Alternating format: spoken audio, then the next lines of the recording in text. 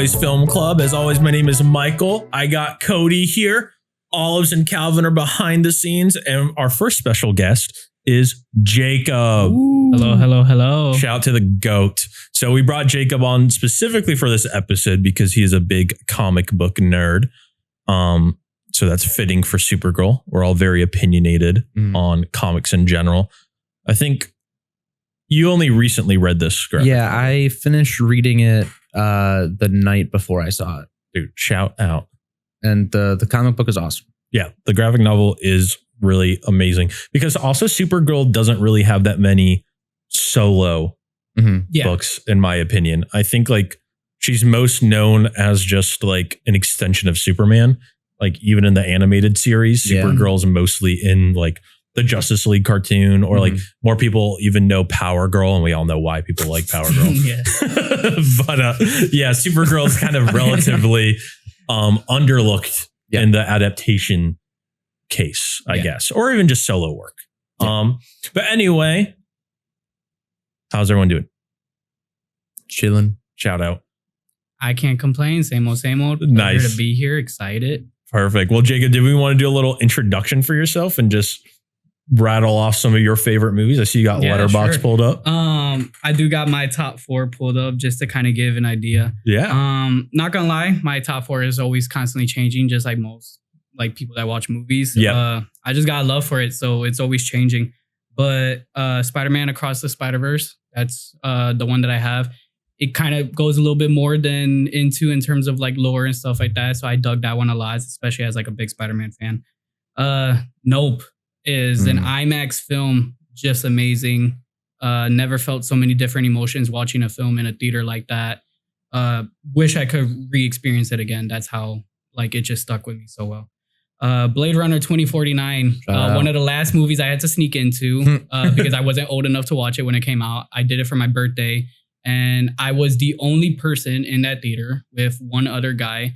And I just remember loving it. It was one of those things where I wish the movie had more of like a great reception around it. Like it's an amazing movie. Everyone knows that. It's amazing how it just didn't do well money-wise. Just like the first Blade Runner. Right. Everyone who saw it loved it. But then like no one saw it. Exactly. No one saw it. So that one was amazing. Loved it. And another choice, this is one that my mom put me on, but Amelie, just a beautiful story about like just an awesome person and how like someone really can light up your life in so many different ways. So it's just a very nice tale, nice little story. To it is always awesome to see how like a lot of Letterboxd reviews, there's always like the 3 like kind of more modern ones that you really love. And then you got to tag in like one foreign film or one really classic film. And we all do it just to like show the, not necessarily, I mean, I trust those are your top 4, but you also kind of got to showcase like your range. I suppose. Yeah, big time. Yeah. But yeah, recently I just switched it like, I'm just going the Batman Jurassic Park. And like, I just did like, I did like Friday the 13th part 6 specifically. I'm like, this is my favorite. You're its only fan, I think. Dude. Best movie ever made. Friday the 13th part 6. Shout out. Right. Jason Lives. What a goat. But yeah, dude, that's a really solid top 4. Dude, the Spider-Verse movies are great.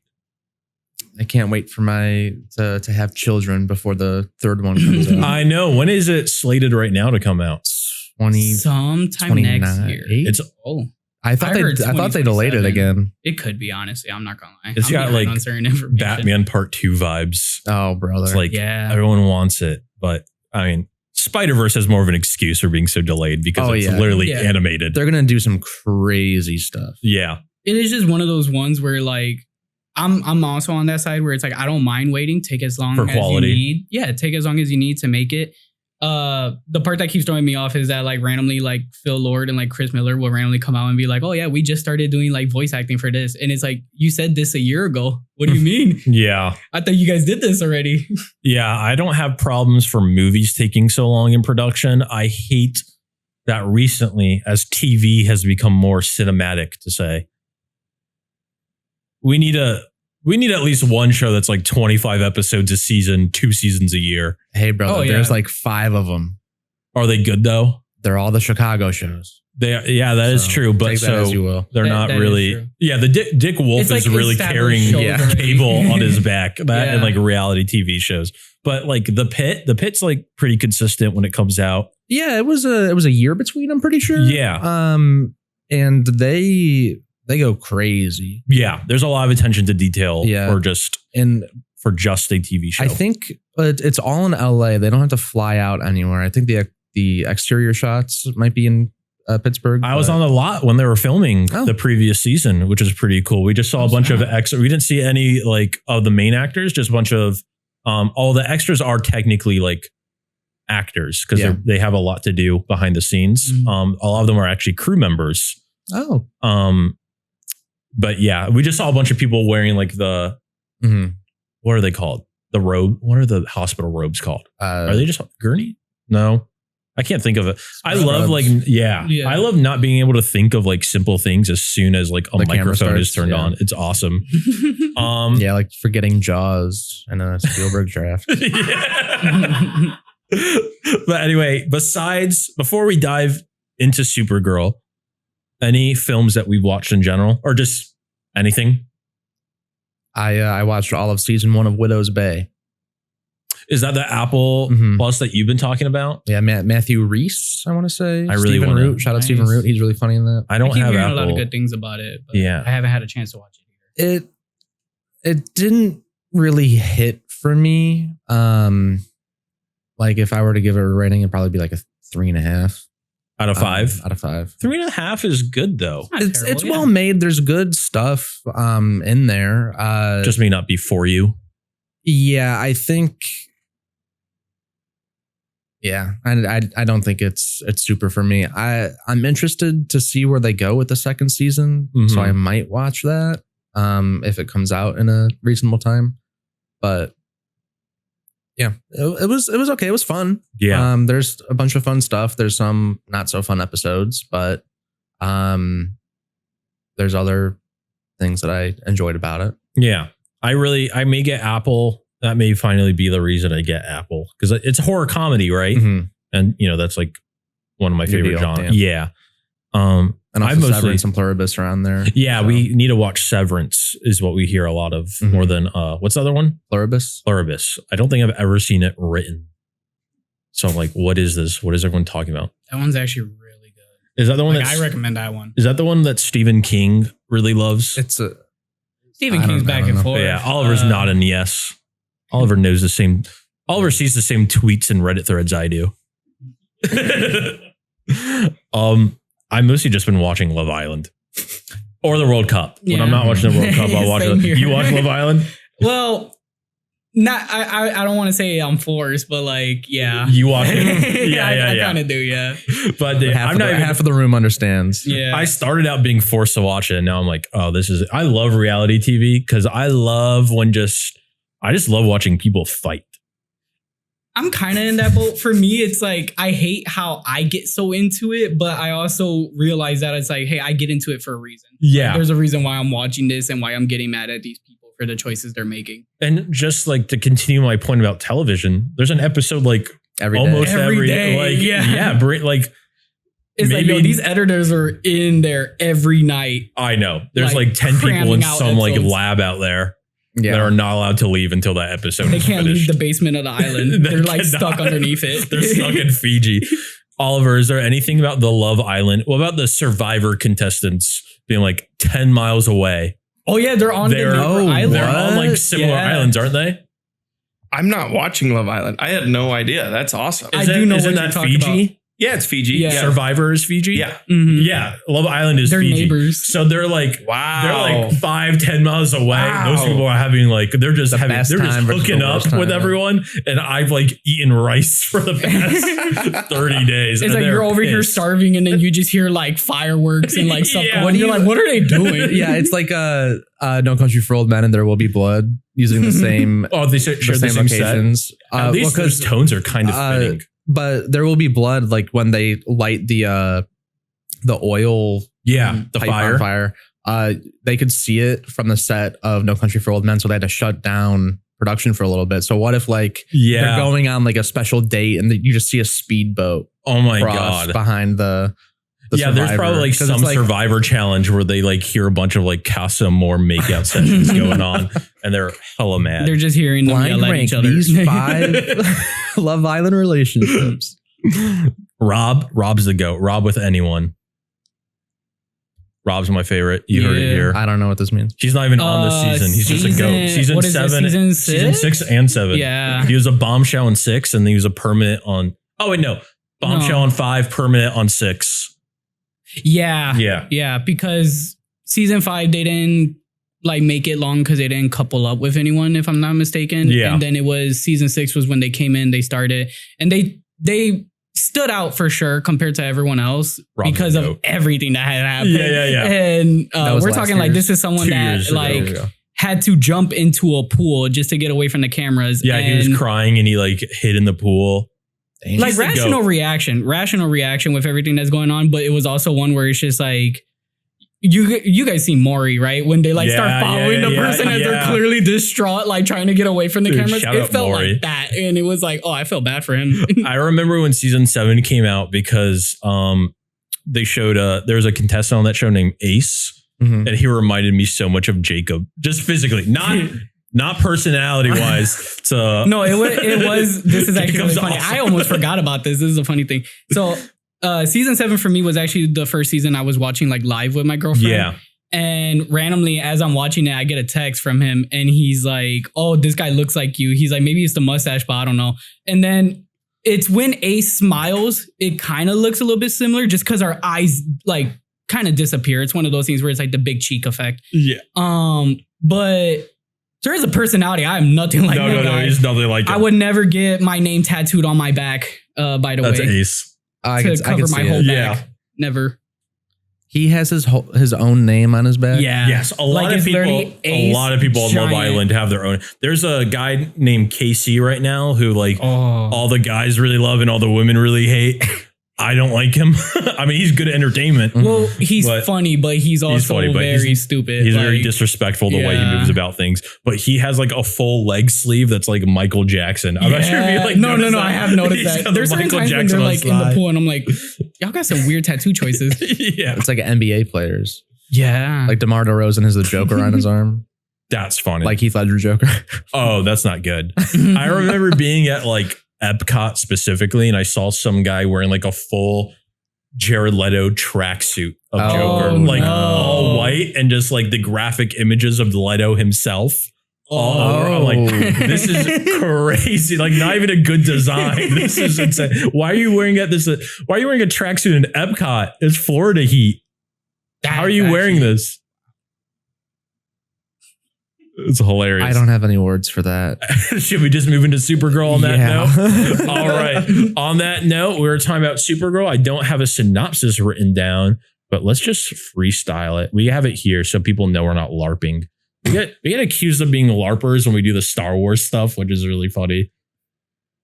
I mean, I got the Letterboxd one if you want to read this one. Dude, read the Letterboxd one. Let's see. All right. So it starts with truth, justice, whatever.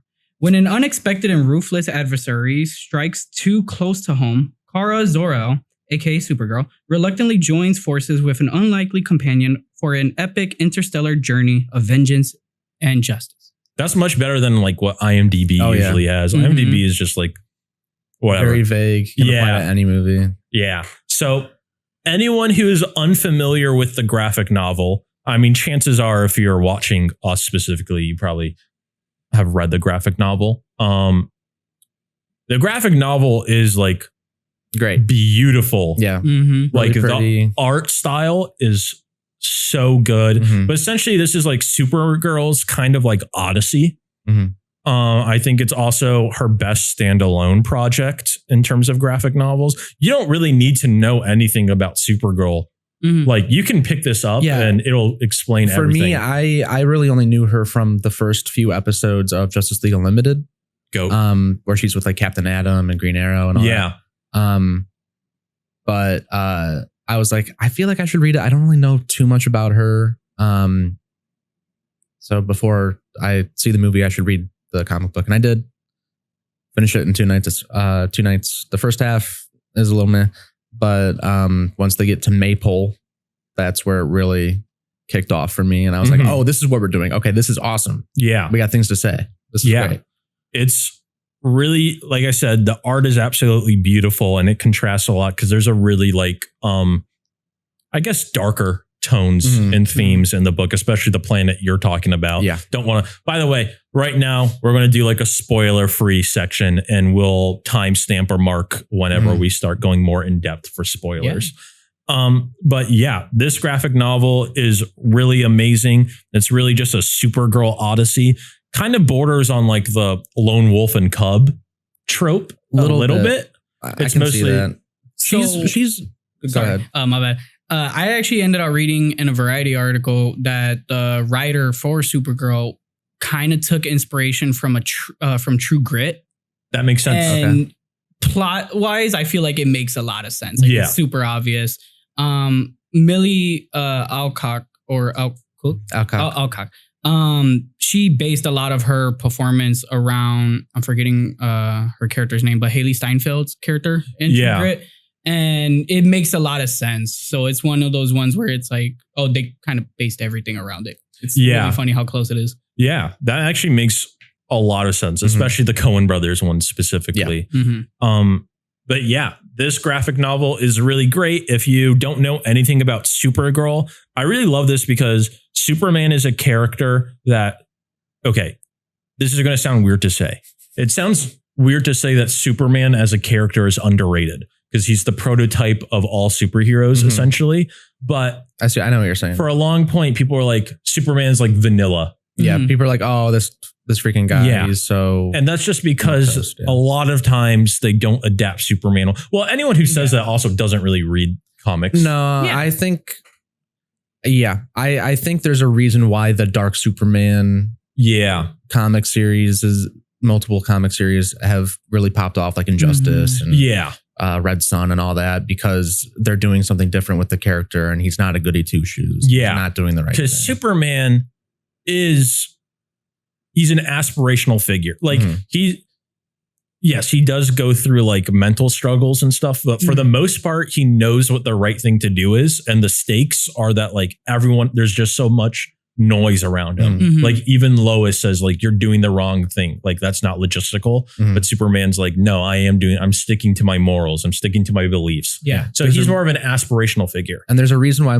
most of his villains are super smart instead of like you have Doomsday and you have the brutes. General Zod, but those are on his level or above. And then like Superman can't punch a hole through Lex Luthor's chest. No, like he won't.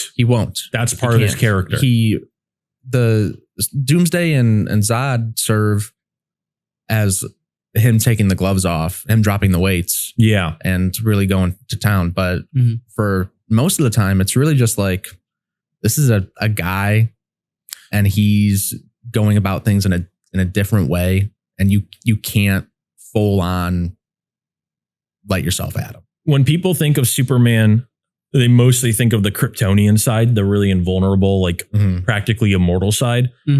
But being a farm boy he's equally, the Kent side is equally, if not more important. Than Superman the for all Kryptonian seasons. side. Yeah, Superman. Right. He is just like the Boy Scout. Like you want, like you should want to be Superman as hard as it is.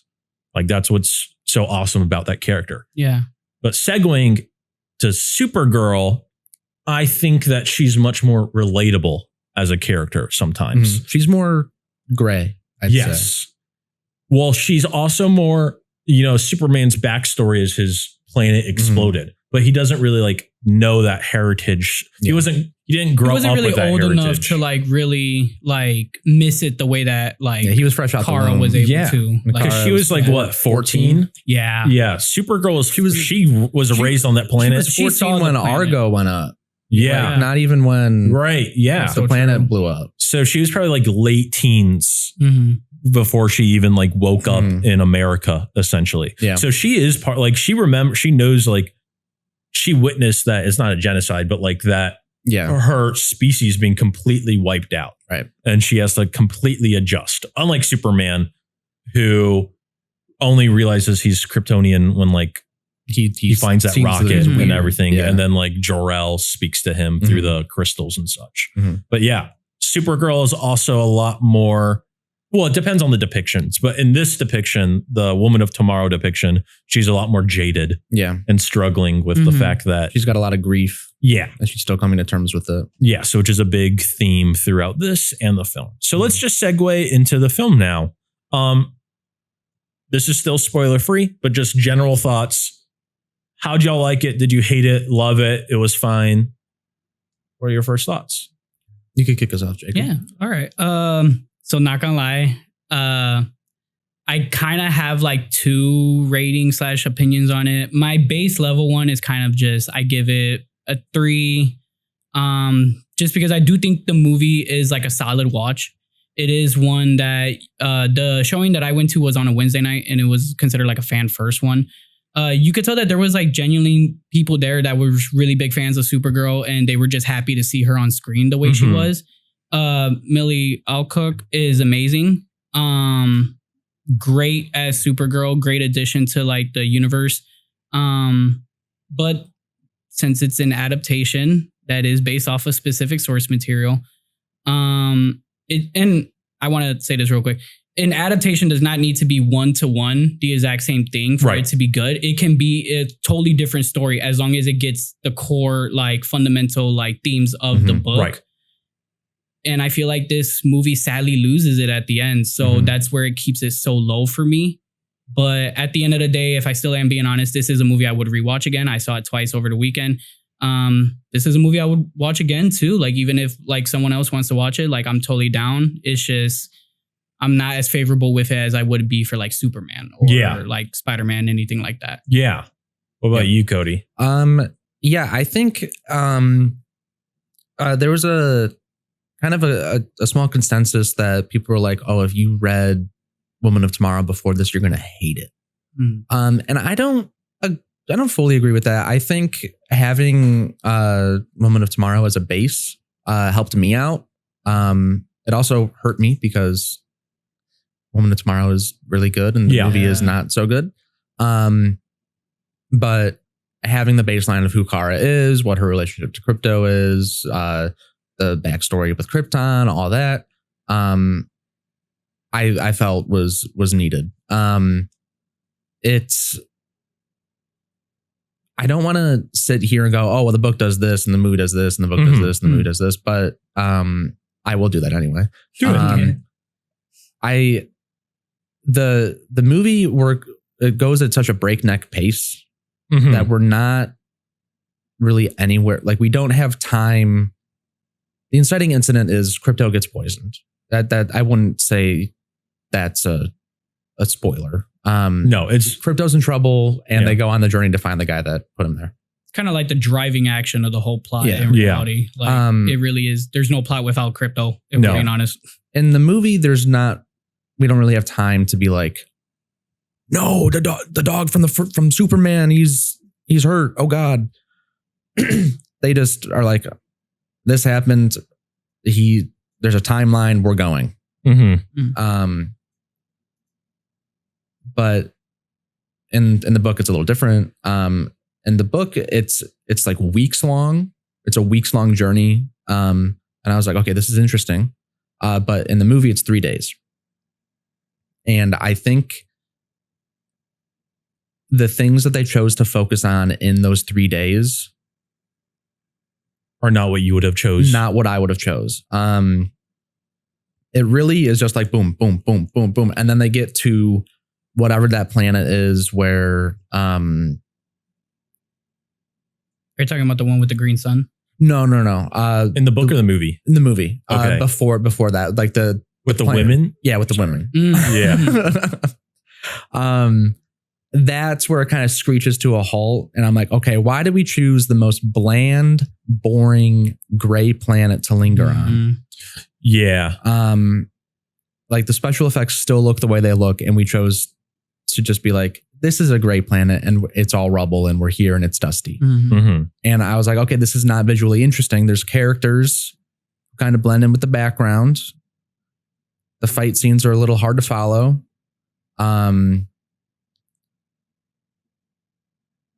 Yeah, I have my issues with it. I'll get more into it in the spoilers, but the pacing is a little crazy. There definitely is 20 more minutes of this movie out there somewhere.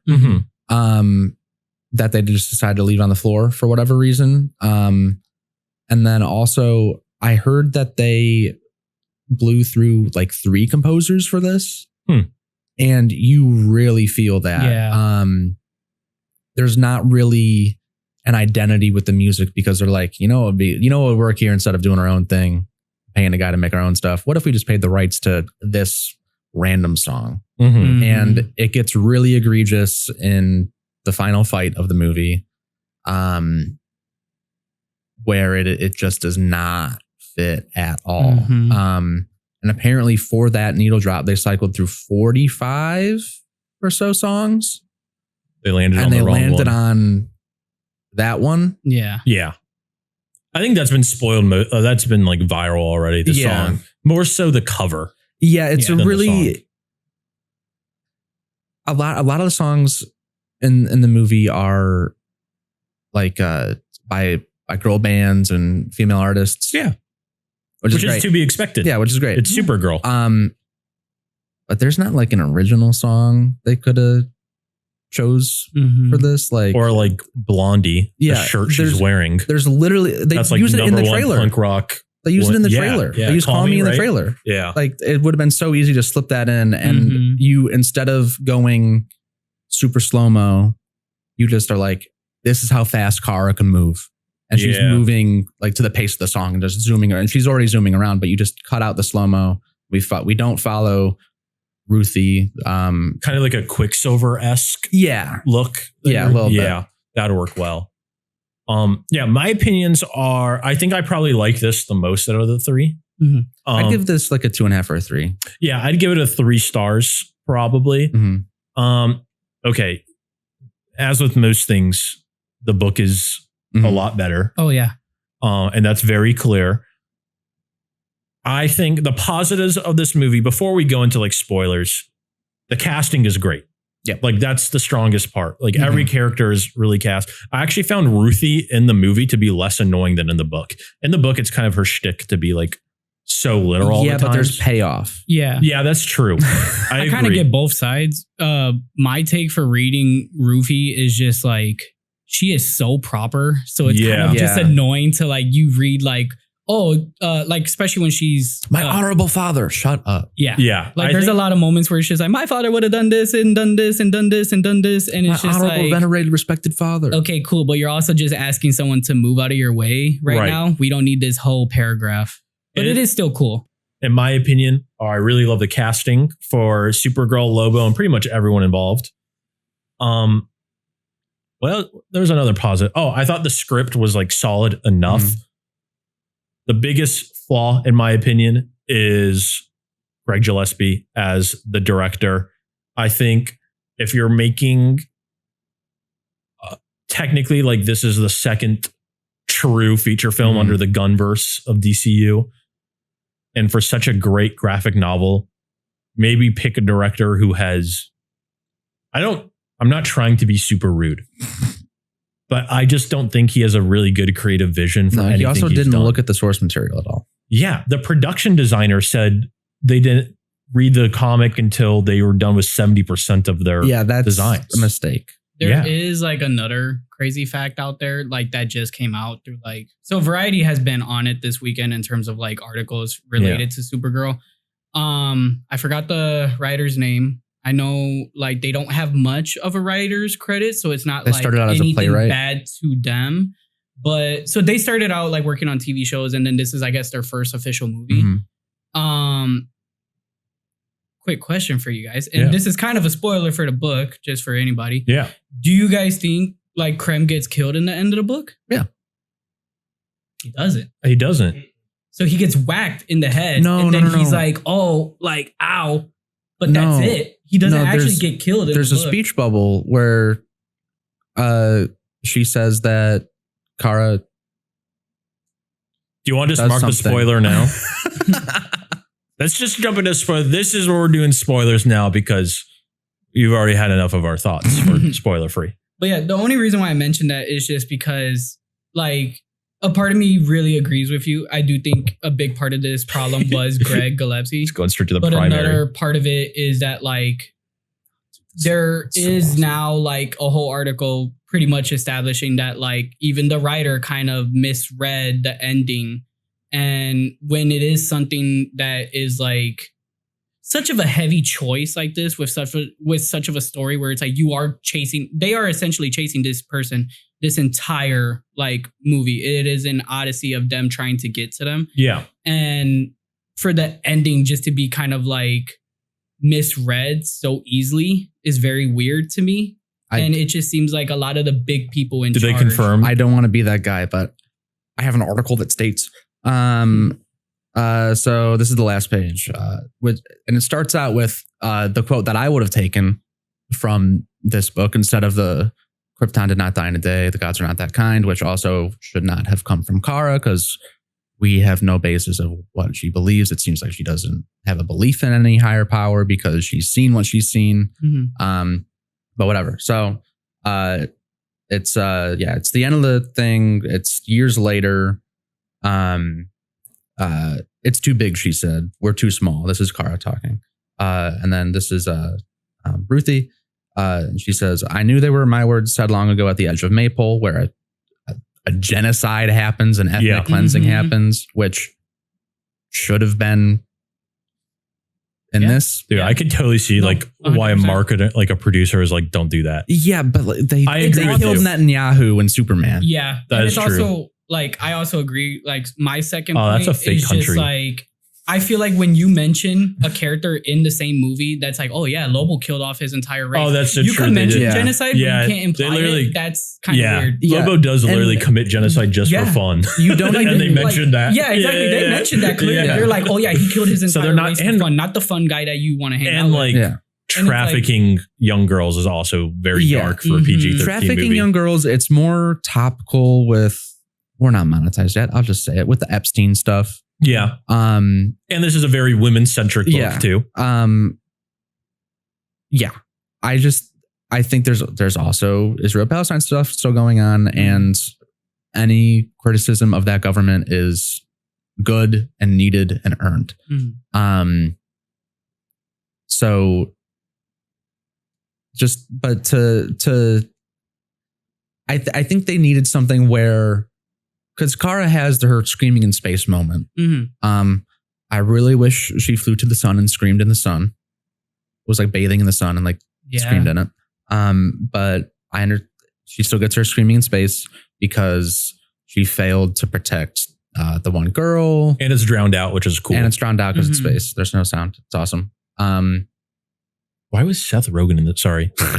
Dude, he's like he's like the smart alien from Ben 10. He pretty much played like a non-Star Wars version of Babu Frick. Baba Frick. Yeah. There you go. They got a Glup Shido and Supergirl now. Anyway,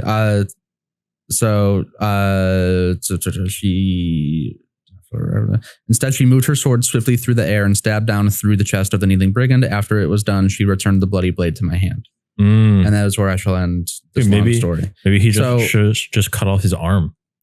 Through the chest. Dude, we don't know how many, if he can survive that. And I like that she kills him. I like that. I'm fine with, not to play devil's advocate, but another reason why I mentioned that is because the only reason why I'm saying that like I misread it too is just because Tom King himself said that Krem is alive still. What the fuck? So that's where I'm like, what's even the point? It's kind of a hard back and forth because there is like, I can see where this confusion come from. Like where it is like, you do got someone that has clearly read the source material as the writer. Yeah.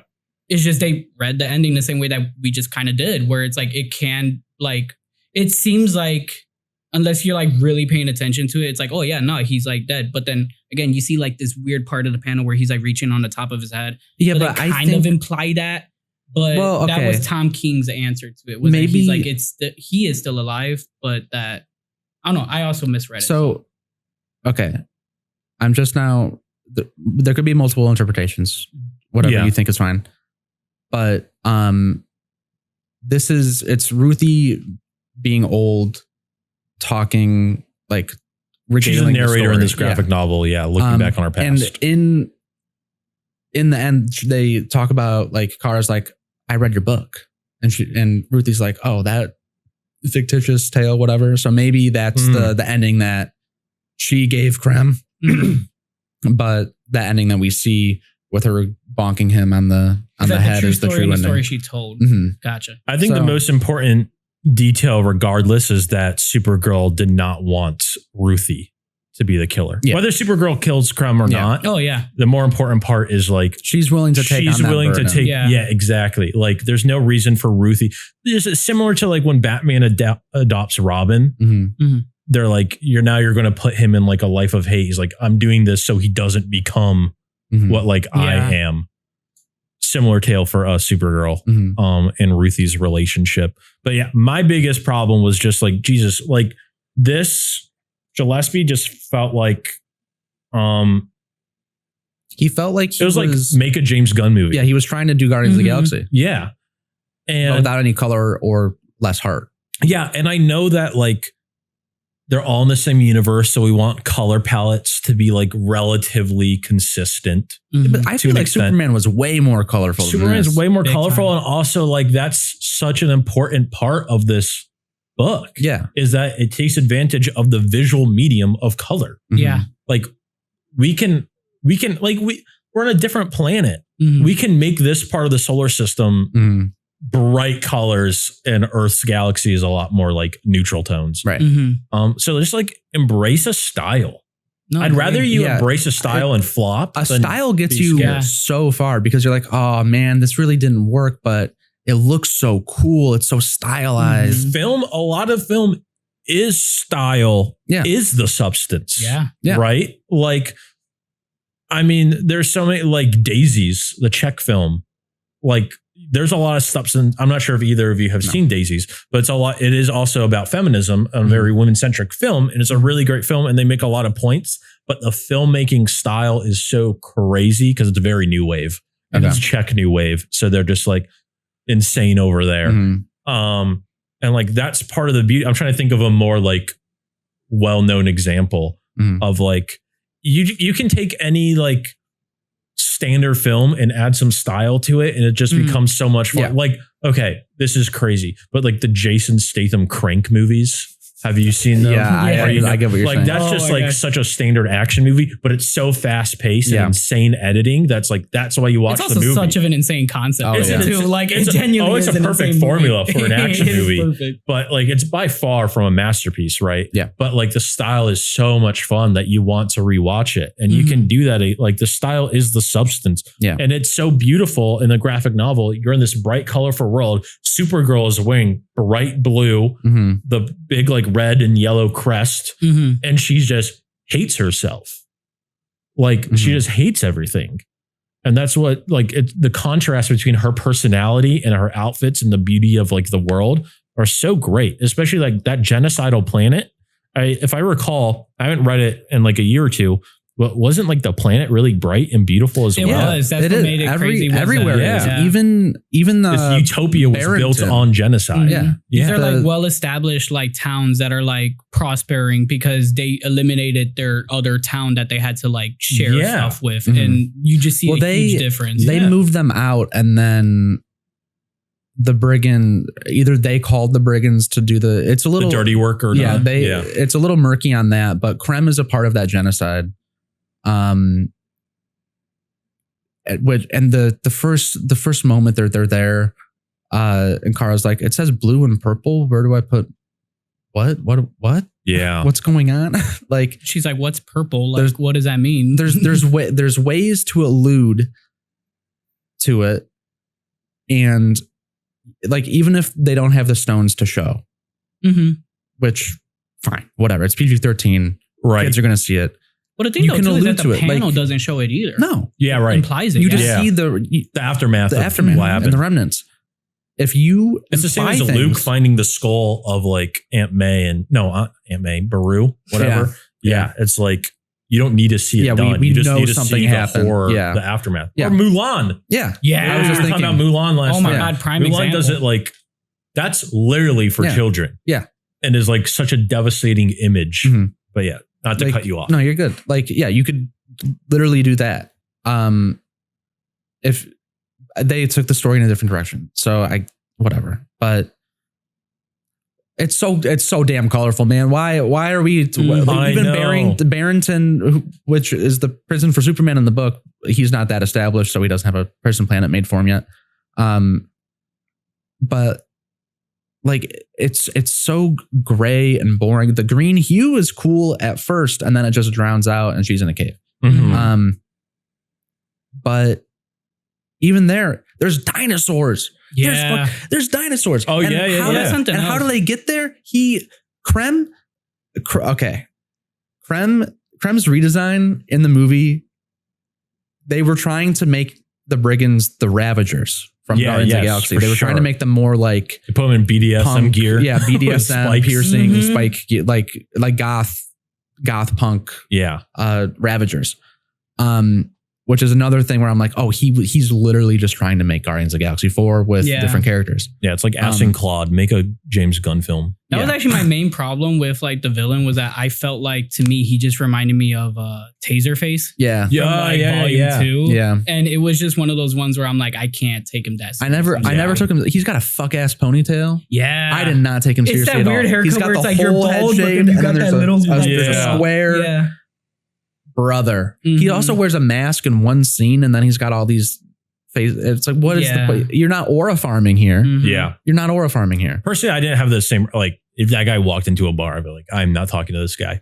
Yeah. I'm staying away from him. I mean, he would look weird. I don't know if I would say that he would look intimidating though. Like there is just certain times. I don't want to talk to anyone who like willingly walks out of the house dressed like that. So intimidating in a different way. I've seen worse. I'm not gonna lie. Dude, this guy comes into like the bar dressed like that. You're gonna be not like. I'm closing on my. You're not gonna. Here's the thing. If I'm on an alien planet, though, I feel like, all right, like that's true. if I'm on an alien planet and I see someone come in with like a Speedo and that's it, I'm like, okay, that's weird. Like, why don't you have any weapons on you? Like, why are you unprotected? That is weird. Kind of like Will Smith in Men in Black when he shoots the little girl. It's like she's the only one that's weird. She's the only one that shouldn't be here in this neighborhood. Yeah, metaphysics. But like this guy was just doing push-ups right here on the light post. He's sneezing. He's got a tissue. Good. He got a tissue. Talking about the aliens remind me is like the production design of the aliens. There's a lot of great practical. Shout out practical aliens. Yeah. Oh my God. So thank good. God. And it's kind of ruined by like, why is this so gray? Yeah. Like half the time. Like I can see how much effort was put into like these sets. Yeah. Yes. A lot of the sets were like, this guy's like, they're in a room with blue screen. I think it's like when they have the first hour, you could tell it's like, hey, this is an actual place. Yeah. And then once like it starts getting into like the bigger stuff. outland areas, it starts becoming like very obvious that it's that weird like Star Wars thing where it's like the dome. Like yeah. Oh, what is that called again? The big screen that wraps around. That they made for the that specific name. Yeah, we have that at Cinespace actually. Oh, that's awesome. Yeah. I don't know how they let us use it. But yeah, we're talking about how weird he looks. Yeah. Krem, I think the vibe, the volume. Thank you. That's the wraparound screen. It's called the volume. Krem in the book is just a normal. He looks like a normal guy, and I think that the reason behind that is to show a normal guy can do all these horrible things. Yeah, Krem kills so many people. He's able to do magic. Well, he's able to like summon a damn Mordu globe. That chases Supergirl. It sends her to Barrington, and then he tries to use it again, and she outruns it on Comet, the space horse. Shout out Comet. Would have been crazy if we had Comet. Yeah. And I understand why he's not there. But they go like photo negative. He goes so fast, they go photo negative, and then they're like in a different dimension, and she just pops the transporting globe like a bubble. And she's like, it doesn't work here. That shit is awesome. It's so stylized. And the colors, like the rainbow through space, like she's literally going to deep space, a different dimension. She's doing something crazy. Krem also works really well in the graphic novel because she's specifically under a red sun and just like a normal mortal. And you're just waiting for her to get to the sun in the books because like Krem is nothing. Like Supergirl would beat the crap out of him. And then also Krem he's kind of something because he just like pew pew. He's shooting this magic stuff. You drop him down Metropolis and Superman is like dead. That's a 1 minute done. Yeah. He's like he is a powerful person for like what he does and stuff like that. Like this is still like a genocidal like mass murder, all that stuff. But like this is also someone that like is way better of a fighter compared to like the average person, average alien. The thing is that they are going against a Kryptonian. So. He's like a Victor Zsasz to me, where it's like, this guy's crazy in real life, but like he's just a guy. Batman will, you have no doubts that Batman isn't going to look like. Never in your mind where you think Batman's going to lose to Zsasz. Yeah. But so doing that is so smart for Supergirl because it's like internally you're so mad that Krem gets away with what he does for Krypto in the beginning. Because in any other circumstance, he wouldn't have even got it. Like Krypto himself would have just ate that shit. Yeah. God, the book is so good. But when I first heard that Lobo was going to be in the movie, and that was after I read the book, I know he's not in it. Yeah. I actually thought Lobo was going to be Krem's role. I thought that's how they were going to introduce Lobo. That would have been. I thought cool. he was going to be the asshole that shoots Krypto because he like even with the superpowers. I mean, Lobo is like one of the few people. Yeah, he could face tank. He can go Superman, and like we know how powerful he is. Now, obviously, Superman has a scale. He can be as powerful as you need him to be. But I thought Lobo was going to be because Krem is like for the most part. Pretty forgettable. He's pretty bland. Yeah. Yeah. He's just like, he's a walking MacGuffin. It really does feel like he's just kind of there just to kind of like, hey, like, I don't know why I was about to say his Instagram name. I am forgetting his name for some reason. Who? Roth or? No, Lobo. Jason Momoa? Jason Momoa. I was going to say Pride of Gypsies. Because that's his. Is that his name? That's his Instagram name. That's so funny. But no, so with Jason Momoa, it's like he's a great actor, like, and great casting for it. It is just one of those scenes where it's like at the very end, you're kind of like, they could have gotten the same, they still could have gotten to the exact same ending with or without him. And he's just there.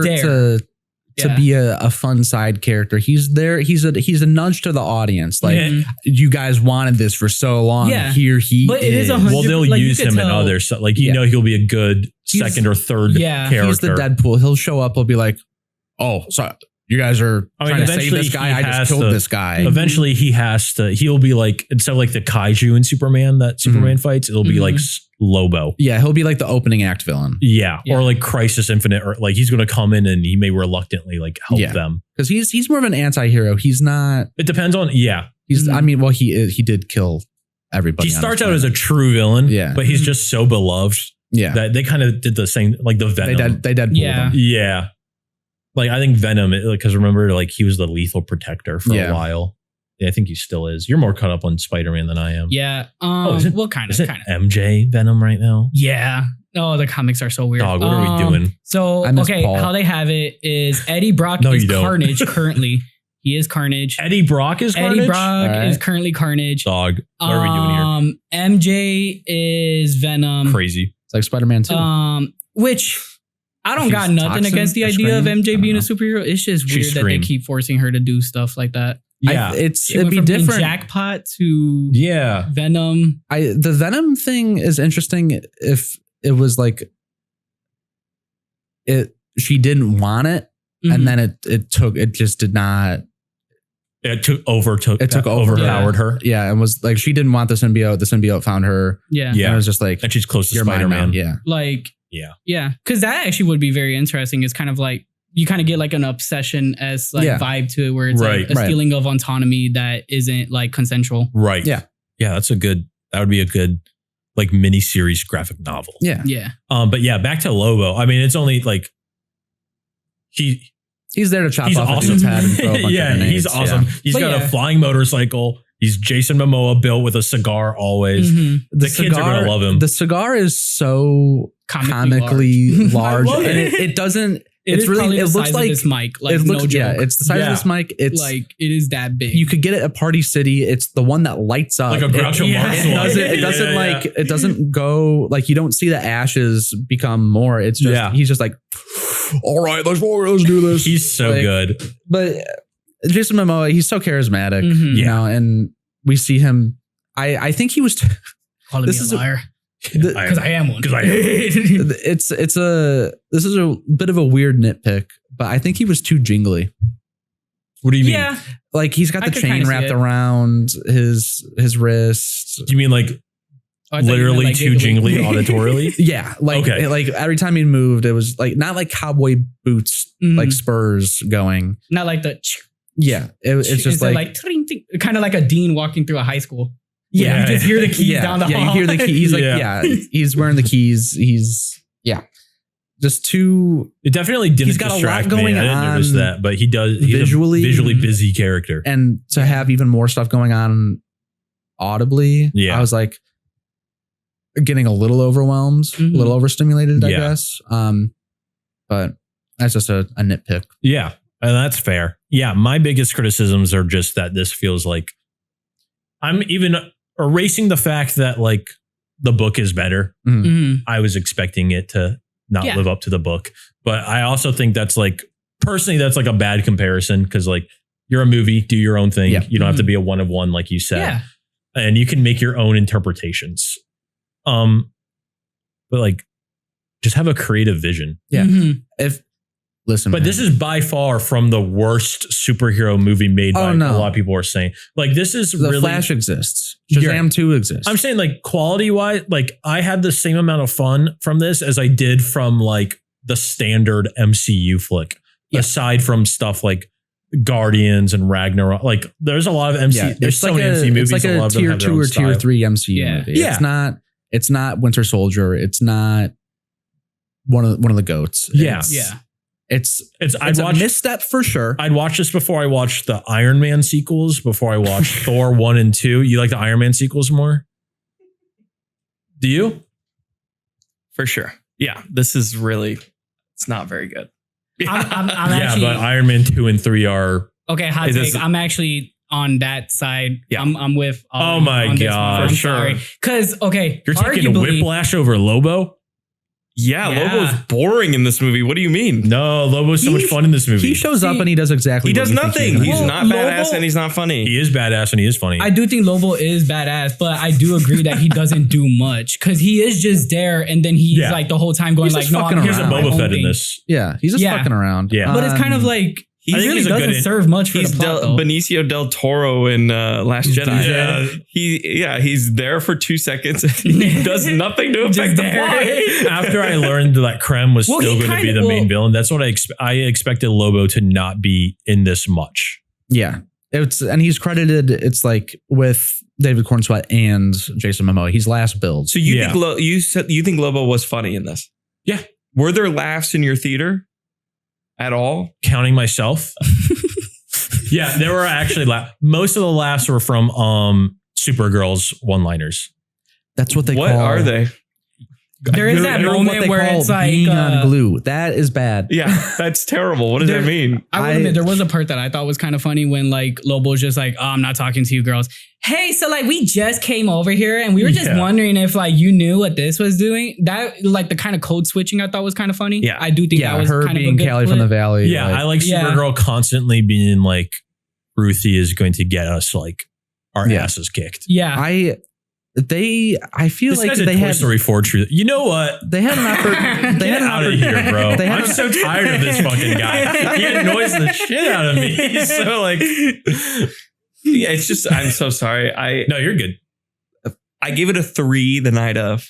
As I've been thinking about it's going lower now. Been going lower and lower just because I'm realizing the same impression I have of you, dude. When I first met you, I was like, I love this guy. It's so, and now I'm like, why are you in my house? It's so much of a nothing burger. Never meet your boss. The third act is a mess. I mean, as soon as they get to the planet where there's the green sun, it gets like messy and sloppy. It feels like the CGI gets worse. I don't disagree with you. I'm just saying I have the same opinions for the Marvel movies. I would put it, if this was in the Marvel universe, I'd probably put it in bottom 10. Do you know what's actually funny? And like, when did Iron Man 3 come out?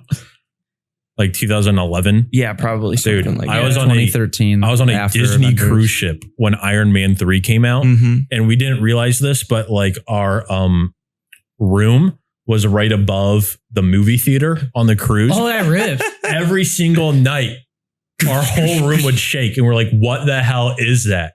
And I came down and watched Iron Man 3. And it was like the fireworks when they're exploding the suits. I'm like, this is what's waking me up at 1 a.m. on the Disney cruise ship. But whatever. Shout Shane Black or don't. I forgot. He has controversies, right? Yeah, he's not great. Never mind. Don't shout Shane Black, but shout Lethal Weapon and shout The Nice Guys. Yeah. Nice Guys is such of a good movie, So man. good. Oh, so good. They Put Krem in The Nice Guys. He's getting shot in the face. Yeah, Russell Crowe would just kill Russell Crowe's him. gonna break his arm and then like walk gonna make him away, squeal. and then we're gonna hear it again later on. Krem and Ryan Gosling would work together to solve a case. Krem's like, I gotta get this girl who I'm really hungry. I eat maggots. You guys gonna eat this? They had an opportunity to do something with Ruthie. They could have done something interesting with her. They tried to make her Could've done that with backstory every more, aspect of this film. Yeah, well, yeah, but like they tried to make it more personal, with like her entire family getting killed. Bro, And somehow it does the opposite. I hate the way they did that. Yeah, it was. This guy's it listening wasn't to good. headphones and just like comes out to surprise his sister. Yeah. Shot. No, he gets an axe to the. Yeah, I'm like, That's what it is. Yeah, it's what like are you axe doing? throwing. Yeah. Like you can't hear. Aren't you like? Whatever. They're- It's kind of like a Seven Samurai-ish where like this town is expecting like as soon as they see the ship pull up, they know like we have to just give them everything. And this guy's just like listening to Blondie or whatever, and he jumps out and gets. There's just all the emotional moments do not work in this movie. You should be devastated when Krypto gets shot, especially because we spent the whole movie with him. You know, before, and you love him, and you're like, I fucking love Krypto. I die for Krypto. Yeah, Krypto. Yeah. And then he gets shot, and there's no emotion to it. And Supergirl's like, oh, buddy, don't you worry. And there's no like, There's not no saying she has to like. There's a lot of know, pretense because we know they're not going to kill the dog. It is weird though, because Yeah, but it's same, like like, they with do Rocket. straight up show us like Krypto getting shot, and it still feels weightless. Yes, Yeah. I don't Like know it how. doesn't hit the same way as like the comic panel where it's like it's an impact frame where you kind of see it, but you still kind of don't. Well, Kara takes 2 arrows to the ribs. Yeah. And she's like trying to fight back still, but she's on a red sun planet, so she can't. And then Krypto Should have picked Guardians and then- 3 rocket energy. Yeah. Like you should be devastated. 100%. And in the book, Krypto's fine. Kara's That's a just plot like, twist. Kara's just like, no, Krypto's fine. It's been fine this entire time. I just knew that you were gonna die. You were And gonna I kill didn't this want you to guy go or on it die alone. trying. And I didn't want either of those things to happen. Yeah, but because you're Cody, that stubborn. would show Kara's nature. Cody, that would We show don't- that they read it. We don't see. And look, Superman, I was telling, I think it was you yesterday, where it was like in the movie of Superman, right? You see his true nature. They do there's so many times where he gets to show off, like, or he gets to He's very shine, active. right? Yeah. This movie, obviously, she is inebriated a lot of the time, but there's no real moments where like her true heart shines, or like what is at her core. You can leave this movie having not read that comic and actually not know like what she believes in, and like the line of you don't have to be nice, you just have to be kind, you don't have to Be perfect. you have to be good. That is the core of who Kara is, and that's in the movie. They're It's just telling us. We're not seeing that in action. That's why the book is so good. Sorry. That's why the book is so good, because you go from planet to planet and these experiences and these things that they are coming across are showing you what type of person she is. We're seeing it as an observer. We're not seeing it from her POV. And I think the movie should have been from Kara's POV. Should have been Princess Bride. I understand that, and that would have been fucking awesome. I would say Kara or Supergirl's like true personality. Just when I was watching the movie, I could think about like how this script was written, and I could tell like that personality was probably there in the script. It just was not executed well. Like you can totally see her being like not perfect, but like kind or whatever. Like that's all there. Yeah, it's just not emphasized by the way they film things. Yeah. I will admit, I do agree to a certain extent. I don't think it's because of the script though. I think this is 100% from Millie Alcock. Oh, she's because great. It's one she's where it's like Supergirl. she has gone out of her way to say that once she has been casted as Supergirl, she has tried to do as much research as she can just to try to do as much justice to the character. Yeah. And I genuinely do believe that like, hey, I think she got the idea of it. It's just the script just called for something else. The edit, the direction. I'll just say my final thoughts for Supergirl, this movie in general, is like, it was mid-ish. It was fine. Mm-hmm. Could have been phenomenal. Mm-hmm. Yes. Did not ruin it. The DCU will be fine. Yeah. Yeah. We got to stop down. Supergirl flopping is not the biggest danger to the DCU. If Batman flops, that's Paramount. Danger. Paramount is the danger. David Ellison is the danger. I would say not this movie. For future projects, especially on one that could be really great, like Supergirl, Woman of Tomorrow, maybe give it to someone who's done more than I, Tonya. Yes. Well, honestly, there's so many filmmakers out there that could have made this amazing. And obviously Gunn cannot make every movie himself. Nor don't should he. But we got to film more than like... Get somebody. Get the Coen brothers to make this movie. Get a woman. Oh brother, where art thou? That's so. What? I said it. Not allowed. It's so they lean into the girl power aspect. Catherine Bigelow. Sure, that would have made it. That would be crazy. She would have made this. She did like Point Break. If you know Catherine. Well, yeah, Bigelow. No, I actually like this. I like this question real quick because I actually have a choice on who I would have like picked as the director because personally Greta Gerwig. No, none of those. No shade at all. Don't want to make it sound like I don't like women. So I just saw this movie, so I did not know about this director until literally like a week ago. But Nida Manzoor, they did Polite Society. If no one has ever heard of this movie, watch it. It is one of the most energetic, kinetic fight scenes that you could ever see. I remember the trailer and it's for that. Literally nothing but like I do remember the trailer for that. Female stunt coordinators, and it is awesome. That's awesome. It is such a good pull. That's a I really feel like good that pull. would be a very interesting like choice if they did it. But I only know 3 women directors. That's not true. I know a lot of people take. You listed 2, and now you got the one. That Sofia Coppola. Who? Shoot this movie exactly like Lost in Translation, but instead of Japan, they're on a genocidal planet. Well. Yeah, that movie did not age well. That movie does not age well. It's it's still interesting to watch it, but then you're like, damn, why is Bill Murray and Scarlett Johansson why is she so 17 racist? in this? Why are they so racist too? Yeah. I think we're all kind of on the same page with this. We want it to be better. We see the potential there. But it's fine. We're bummed that it's not better than it is, but it's inoffensive and fine. Mm-hmm. I've been you're on Movie Circle Jerk, right? Dude, have you been seeing all the brother the comparisons to the Incredible Hulk?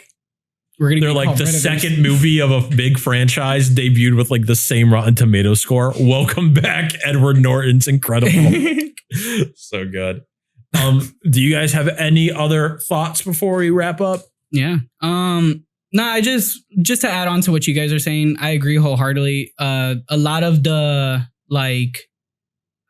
disapproval that comes from this movie for me is just the fact that it's like, it just feels like it really messed up her character in terms of like not getting it right. Mm-hmm. But again, like you guys said, it's not the worst movie ever.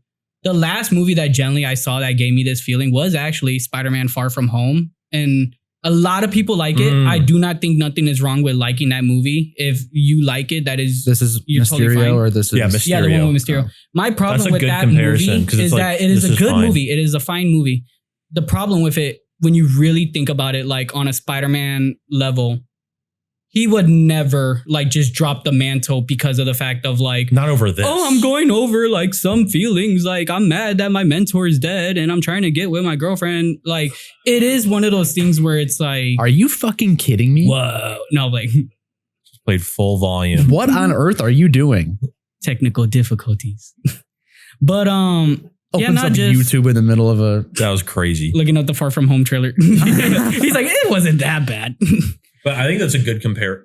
I Yeah. think that's a good comparison between these movies. Like just fine. Yeah. Inoffensive. Mhm. Yeah. Not reinventing the wheel. I didn't even It's think about like, a mock. yeah, why Not a didn't they mockery. It's a mimicry of something else. Mhm. It's trying to be something. I like when I was Instead thinking of about its who own should have directed this, I really just wanted anyone with a creative vision, Mhm. Mhm. and I'd still be fine. Yeah. If anyone under the sun, but yeah, why didn't they just have a woman direct this? Like I this really whole don't movie know. is about like, Stars. yeah. I mean, I know it was written by a man and everything, Mhm. but like, Well, the screenplay Come was written on. by a woman. Like yeah, but like, Mhm. come on, dog. she's writing 2 more movies. I think she's writing Brave and the Bold and one other thing. Yeah. It's going to be Titans and Goat. Wonder Woman, if Oh. I'm not mistaken. Those are the ones that she has for the DC. Isn't the right now. Flash director supposed to do Brave and the Bold?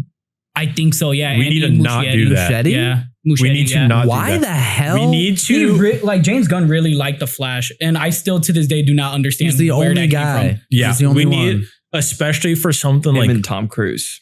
Tom For- Cruise loves the Flash. for something Tom like Cruise also Batman. believes in Scientology. Well, that's so funny 'cause Paul Thomas Anderson Oh. really like he talked about how he cried watching Men in Black 3, which I think is that's hilarious. different Yeah. for him. Wait, for real?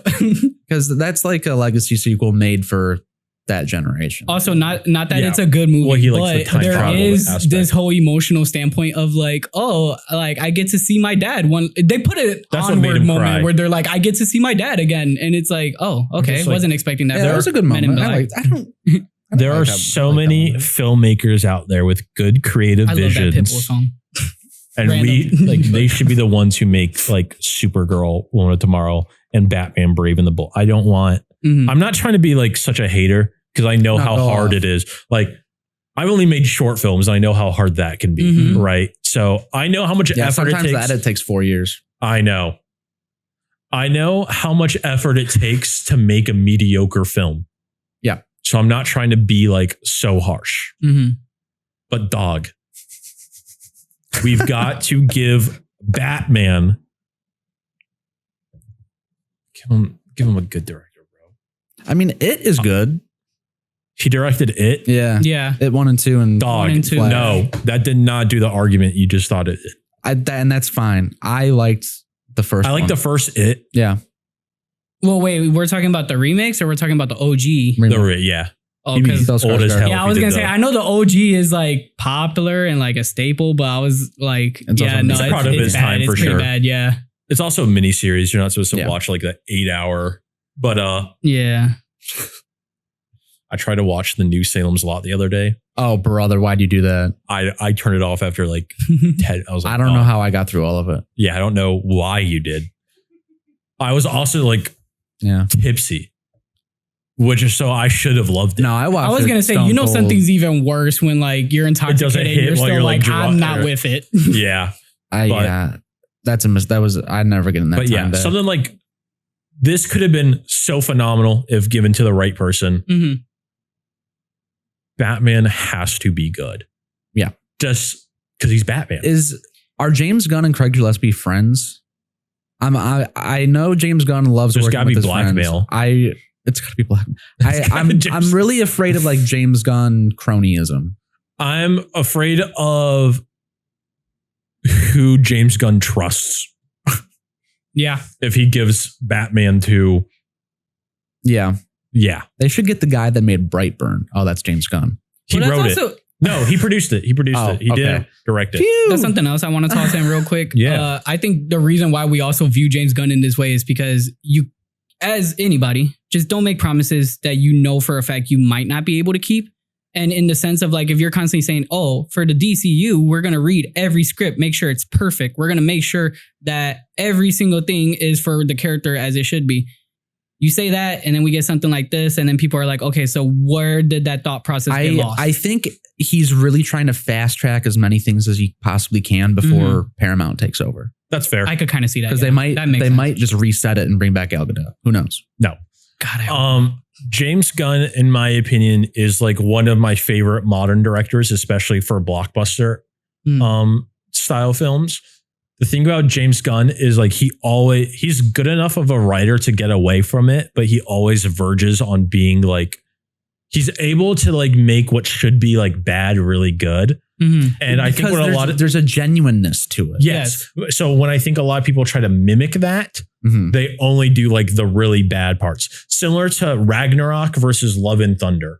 Like Love and Thunder is trying to just recreate what Ragnarok did so well, but it only does like the really bad parts. Yeah.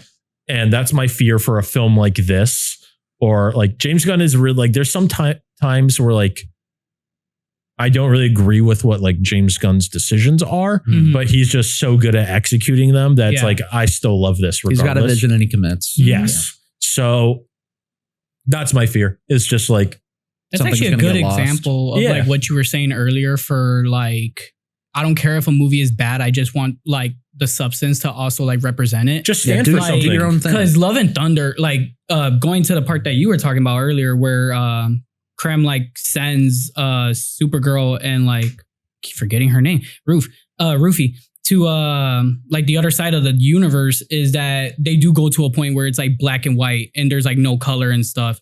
And they could have totally done that stuff that they did in like Love and Thunder. Oh yeah, and that was the only good part. It made it really beautiful. Yeah, it's like goes back to the George Lucas prequels thing. These movies are like so hated when they came out. A lot of them, like there's validity to all the criticism, but it doesn't matter because George Lucas loved them. And you could tell he made them for himself.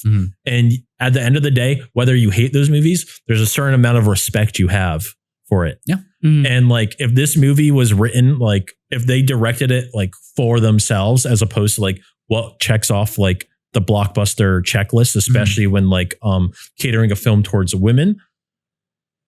If they just had like a little more authenticity in the creative vision, even if it wasn't like a 5 out of 5 classic, a lot more people would have at least gone to see it. Yeah. Because this film, I had fun watching this in the theaters. I do not think this is a must-watch movie for theaters, especially with, we know like these films are made for like families. Yeah. And movies are just so expensive right now. I mean, like tickets. Yeah. And then the popcorn and the sodas on top. It's a full like. And a lot of those families have already gone to see Toy Story 5. Yeah. Yes. And you could like go to Six Flags here for the same amount of price for that family to go see a movie theater. Right. Yeah. So like, yeah, there's a reason why people aren't seeing movies as often now, unless it's something like The Odyssey will do well because everyone's anticipating that. But like, there's no more mid-budget movies anymore. The studios demand too much money. They're overinflating themselves. They're overinflating themselves. These movies don't need to be as expensive as they are. Too much of a cut of ticket prices. Yes. So the price of tickets has to go up to make their money back on tickets. Or if you're serving food and the or theaters, whatever. they don't make money off the tickets. No. They make it off of Food the sales. food. Yeah, the concessions. So Supergirl shouldn't be triple digits to go see Supergirl if you're a family of 3 or 4 or even 5. Yeah.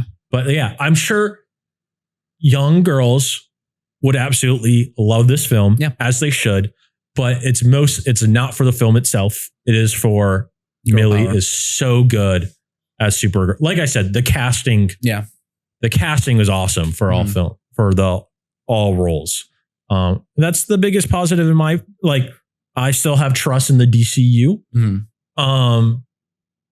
I'm also never as hyperbolic as a lot of, we know the online fans are very, they just, I'm getting tired of the lack of nuance. It's either 5 out of 5 or the worst movie ever. And it's like, no, it's okay to like, there's a good movie or there's a fine movie that could be better. Yeah. I mean, like, I'm thinking about when I was a kid watching Percy Jackson movie.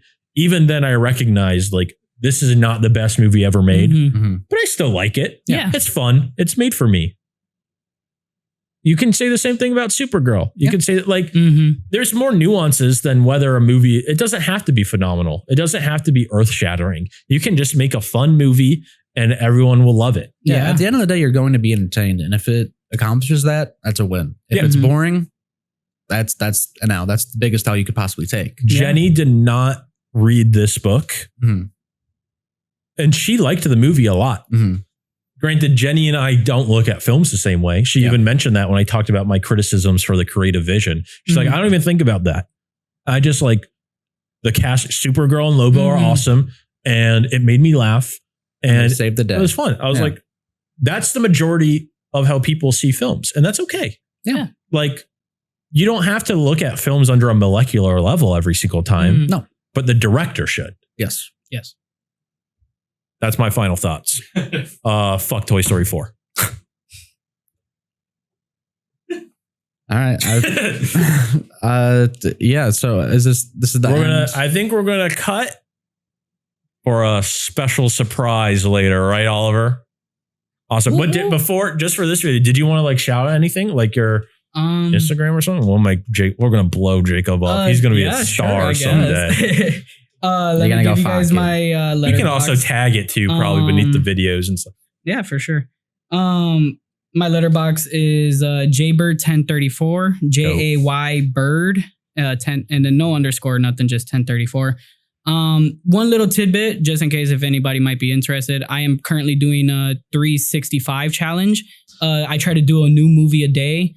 Are you actually? Yeah, you're going off. Okay, every time I open the app, I'm as of yesterday with Jackass, best and last, I am at 179.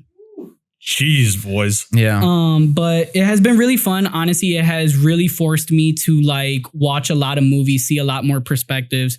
And overall from this challenge, two big things that I would say is if you could pirate, watch something off Tubi, do it. There's so many movies out there and like there is so much to see. Whether it be from this country, another country, there is just so much of a perspective that you could get just from watching a 40-minute thing or just an hour or something that you can get that you would never have experienced if it wasn't for it. Yeah. Another thing with that is like, hey, it sounds like a lot. I feel like I still have barely even touched the tip of the iceberg. There's just so many movies that I want to watch. You'll never be able to watch even a fraction of the movies. Exactly. Them, man. It's like, it's really messed up. The beauty of it. Can't catch up. It's such a fun thing to now. do.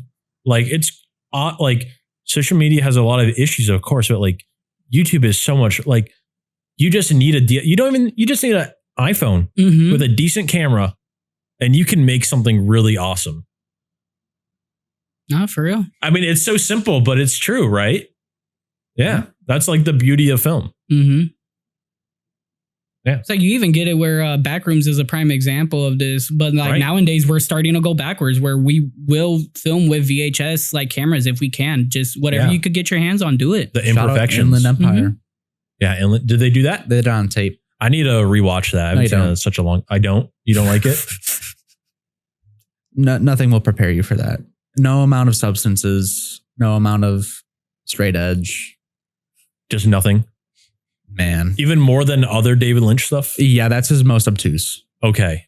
I'll still watch it because, add that to your 365 challenge, I guess. Oh, don't do it. It's 3 hours. Oh, it's 3 hours? Yeah. That's crazy. I will admit there was certain days where I'm like, all right, I'm gonna watch like a documentary because this is 40 minutes. It's not gonna drag out as long as like as long as you get something in. Yeah. Yeah. All right. Any other thoughts or we'll just see y'all next episode. Thank you guys for joining and Jacob will be featured on the next episode as well. Thank you guys for having me. This was fun. Dude, of course.